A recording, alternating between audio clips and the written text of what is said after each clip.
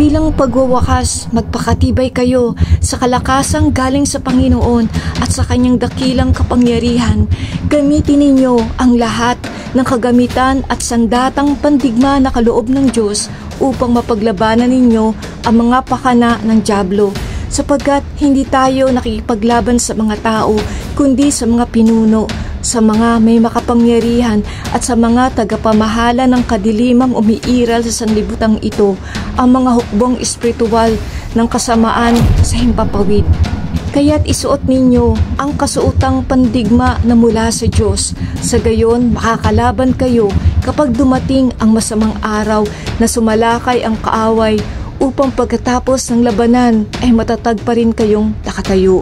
Kaya't maging handa kayo.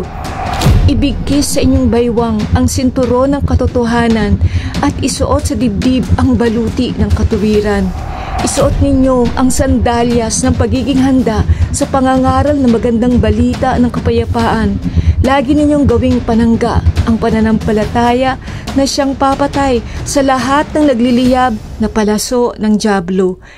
Isuot niyo ang helmet ng kaligtasan at gamitin ang tabak ng Espiritu na walang iba kundi ang salita ng Diyos.